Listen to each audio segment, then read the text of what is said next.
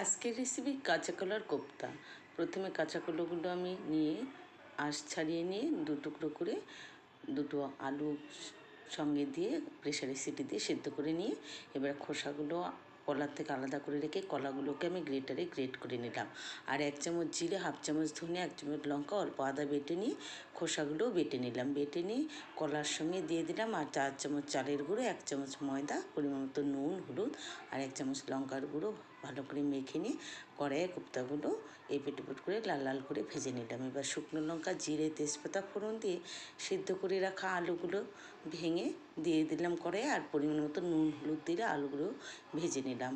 আলু ভাজা হয়ে গেলে পেস্ট করে রাখা মশলাটা দিয়ে ভালো করে কষিয়ে নিয়ে পরিমাণ মতন ঝোল দিয়ে দিলাম। ঝোল একটু বেশি দিতে হবে, কোপ্তাগুলো ঝোল টেনে নেয়। ঝোল ফুটে উঠলে কোপ্তাগুলো দিয়ে দিলাম আর ঘি, গরম মশলা দিয়ে কিছুক্ষণ ফুটিয়ে নামিয়ে নিলাম। ব্যাস তৈরি।